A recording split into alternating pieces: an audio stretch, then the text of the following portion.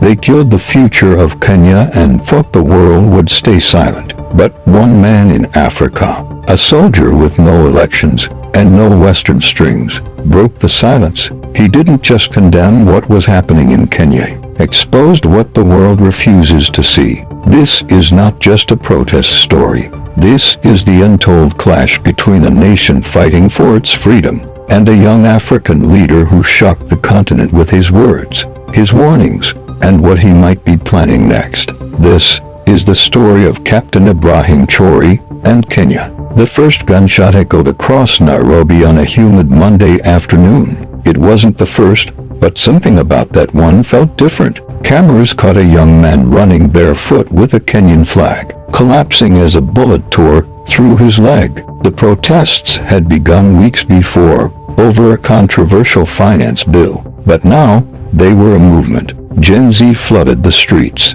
with no leader, no tribal backing, and no political godfather, just raw anger and pain. They said, enough, enough lies, enough hunger, enough empty promises, enough corruption. But instead of listening, the government sent bullets. By the time the smoke cleared, at least 61 people were dead. Some never made the news. Some died in alleys, in police vans, in their bedrooms. President William Ruto had given an order: shoot them in the leg. That was his solution to the people's cry. Kenya, once praised as East Africa's democratic gem, was now bleeding in front of the world. And the world watched quietly, except one man, Captain Ibrahim Traoré of Burkina Faso, a man who didn't win any elections, a soldier who took power in a coup, a leader hated by the West but loved by his people. In January 2025, during a press briefing in Ouagadougou, Traoré dropped a statement that shook the continent. He said, "If this is democracy where youth are killed for protesting, then let Burkina Faso remain a military state." That statement spread like wildfire. It wasn't just words. It was war on a narrative. In that moment, Traoré positioned himself not just as the leader of Burkina Faso but as the voice of a betrayed generation. To understand why his statement hit so hard, you need to understand who Traoré is. Born in 1988, Ibrahim Traoré rose from humble beginnings to become a captain in the Burkina Army. In 2022, after a failed fight against terrorism and growing public discontent, Traoré led a coup and seized power from the transitional president. Many expected another dictator, but Traoré shocked the world. He kicked out French troops, rejected foreign exploitation, and formed the alliance of Sahel states with Mali and Niger, another group of anti-colonial military leaders. To some, he was a tyrant, but to many African youths, he became something else, a symbol of resistance. So, when Kenya erupted, and the world remained silent, Traoré spoke, and the world listened. Back in Kenya, his statement became a rallying cry. Posters of Traoré appeared in the slums of Nairobi. Protesters quoted him online.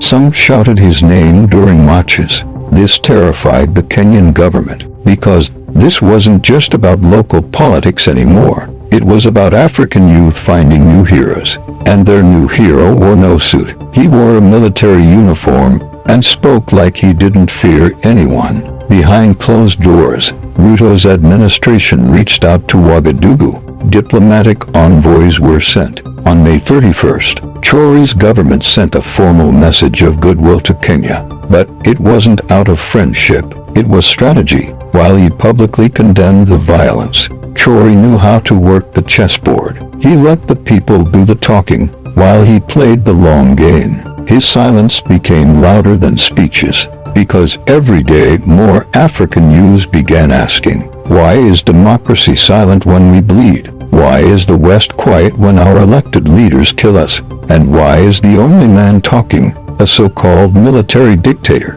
The contradiction became clear. In Kenya, youths were abducted for tweets. In Burkina Faso, youths were given guns to protect their land. In Kenya, protesters were met with tear gas. In Mali, they were welcomed into youth parliaments. What Traoré was doing wasn't just political, it was psychological warfare. He knew Africa was tired of polished speeches and brutal nights, tired of elections with no progress, tired of being told democracy was the only way when that democracy came with blood. So he offered something different, not perfection, but defiance, and that scared the establishment. Back in Kenya, Ruto's government tried everything to silence the narrative. They launched a media campaign, branded the protesters as foreign agents, banned pro-Traoré content, but it was too late. The seed had been planted, and then came the twist. A secret recording leaked online, an intercepted phone call between two East African diplomats discussing fears that Traoré might fund opposition voices in Kenya. There was no evidence, no confirmation, but the rumor alone was enough. Conspiracy videos exploded. Was Traoré trying to expand his influence? Was he building a new Pan-African force? Was Kenya next? The streets buzzed with speculation. Some feared him, others prayed for him. But one thing was certain: he had entered the conversation. Meanwhile, inside Burkina Faso, Traoré remained calm. He said nothing more, but his silence was thunder. Back in Nairobi, a senior police officer was caught on camera telling his unit, "Watch out for the Traoré people." Who were the Traoré people? No one knew for sure, but the name had become dangerous. Kenyan Gen Z began organizing under code names, digital resistance groups, anonymous influencers quoting Traoré daily.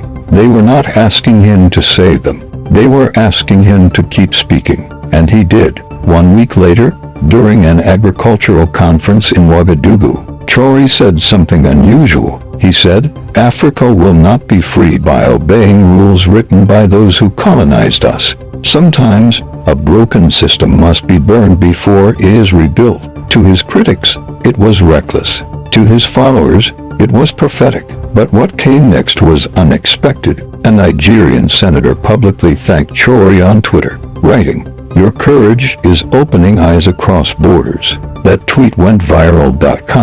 And the movement spread. In Uganda, youths began painting murals of Traoré.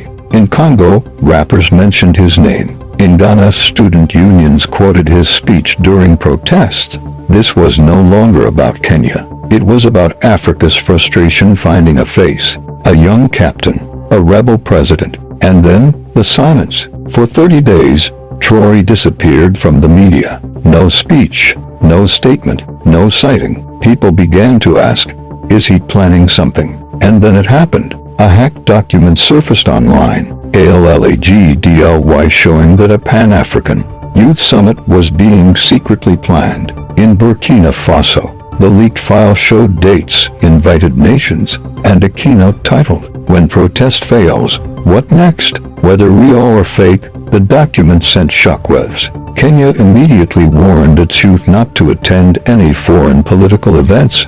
Ruto declared national vigilance. And Traoré, he said nothing. But the next day, his Twitter account posted a quote, "When the voice of the people is buried, it rises as thunder." No caption, no explanation, just thunder. That was the last straw. On July 9th, the Kenyan Ministry of Foreign Affairs quietly submitted a request to the African Union to investigate foreign interference in local uprisings. The EU responded with silence, and Africa held its breath. As the story unfolds, one thing is clear: this isn't about just the leaders. It's about the future of leadership in Africa. And the question no one can answer yet is, will Traoré stay a voice or become a storm? To be continued in part 2.